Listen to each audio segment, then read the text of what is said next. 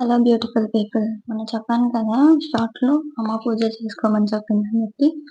అందుకని మార్నింగ్ 4:30కి లేచి రెడీ అయిపోయి ఇంకా గుడికెళ్ళాను. బయట చూస్తే చాలా మంచుంది. బెంగుళూరు కదండీ! అలాగే ఉంటది. ఇంకా గుడికి వెళ్ళేసి అక్కడ లోపల నవగ్రహాలు ఉంటే అక్కడ పూజ చేసుకోమంది. అంటే దీపం పెట్టేసి దేవుడి దగ్గర నవధాన్యాలు సమర్పించమని జెప్పేసింది. ఇంకా సమర్పించమని చెప్పినాక, ఇంక నేను సమర్పించేసి దీపం అంటించి నవగ్రహాల చుట్టూ 7 I mean first clockwise 7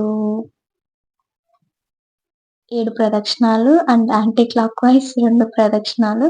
total 9 చేయాలి నవగ్రహాల చుట్టూ. చేసుకున్నాక ఇంకా నేను అక్కడే ఉన్న వినాయక స్వామికి కూడా కొబ్బరికాయ తెచ్చాననమాట.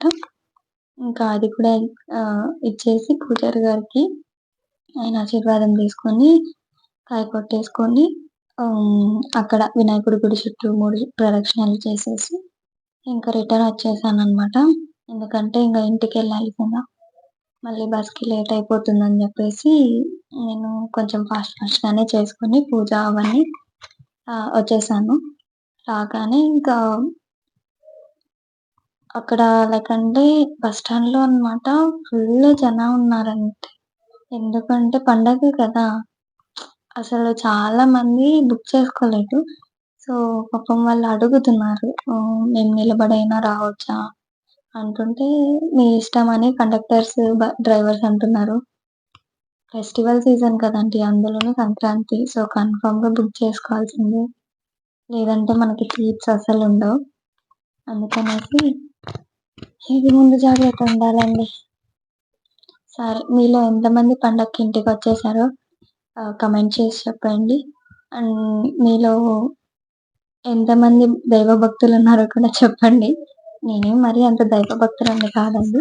ఓకే. అమ్మ చెప్తుంది కాబట్టి అప్పుడప్పుడు చేయాలి. లేకపోతే మనకి తిట్లు పడతాయి కదా! సో, నోరు మూసుకొని చేయాల్సిందే. ఇంకా బ్యాగ్ తీసుకొని నేను బస్ స్టాండ్‌కి బయలుదేరిపోయాను. అక్కడ అంటే మార్నింగే కదా! ఏం తినలేదు. సో, అందుకనేసి అక్కడ దోస ఆర్డర్ ఇచ్చేసి మసాలా దోస తినేసి ఇంకా బస్ ఎక్కుదామని జెప్పేసి మెజెస్టిక్‌కి ఎళ్తున్నాను. బస్ ఎక్కేసాక కొంచెం వ్యూ నచ్చింది. అంటే ఫ్లైఓవర్ మీదనమాట. కింద వస్తే మరి బస్ మిస్ అయిపోతాను బస్ స్టాండ్‌కెళ్ళేటప్పుడు. అందుకని జెప్పి ఫ్లైఓవర్ బస్ పట్టుకొని వచ్చేసాను మెజెస్టిక్‌కి. ఇంక రాగానే అక్కడ ఫుల్లు జనం ఉన్నారండి అసల. బసెస్ అయితే ఎక్కడ ఖాళీనే దొరకట్లేదసల. ఆంధ్ర బస్ స్టాండ్‌కొచ్చేసాను. ఇంకా అక్కడ మా బస్ ఇంకా రాలేదు. అందుకని జెప్పి వెయిట్ చేస్తున్నాను. మామూలుగా 10కి బస్ అది. బట్ ముందేమో అని చూసాను అటు ఇటు. బట్ కనపడలేదెక్కడ. ఇంకా సర్లే అని కాసేపు ఆగాక బస్సొచ్చింది. బస్సొస్తే ఇంకా బస్ ఎక్కేసి బస్‌లో మా మన సీట్‌లో మనం కూర్చునేసి ఏదైతే రిజర్వ్ చేసుకుంటామో అది ఇంకా కండక్టర్ వచ్చేలోపు అతనికి చెప్పేసి టికెట్ నెంబర్ ఇంకా బస్సు కాసేపు అక్కడే ఆగిపోయింది. ఎందుకంటే ఇంకా కొంతమంది ప్యాసింజర్స్ రావాలి. రాలేదని జెప్పేసి ఒక 10-20 మినిట్స్ లేట్ చేశారండి అక్కడే. అంతలో నాకు క్యూట్ మూమెంట్ కనిపించింది. ఒక చిన్న బుడ్డది ఆడుకుంటూ ఉంది. ఆళ్ళ అమ్మని ఆడిపిస్తూ ఉంది అది. సో, ఆ క్యూట్ పిల్లని చూసుకుంటూ కాసేపు మురిసిపోయాను. ఇంక అందుకనేసి కొంచెం ఆ మూమెంట్స్‌ని గూడా క్యాప్చర్ చేద్దామని జెప్పి వీడియో తీశాననమాట. తను అక్కడున్న వాళ్ళందరిని పలకరిస్తుంది. తనంతట తనే ఆహ్, పైకెక్కడం, దిగడం, వాళ్ళమ్మకు దూరంగా ఎళ్ళడం, వాళ్ళమ్మతో దాగుడు మూతలాడడం ఇలా చేస్తుంది. ఇంకా స్టార్ట్ అయిపోయింది బస్సు. మీలో ఎంతమంది ఇది చూస్తే ఆనందపడతారో చెప్పండి. ఇక్కడున్న సింహం బొమ్మ. నేనైతే ఎందుకో తెలీదు. అది చూడంగానే హమ్మయ్య! బెంగుళూరు వదిలి ఎళ్తున్నాం అనే ఫీలొస్తది. ఇంకా కదిరికి ఎంటర్ అయిపోయాననమాట. ఇది కదిరి లక్ష్మీ నరసింహస్వామి వెనకది గోపురం.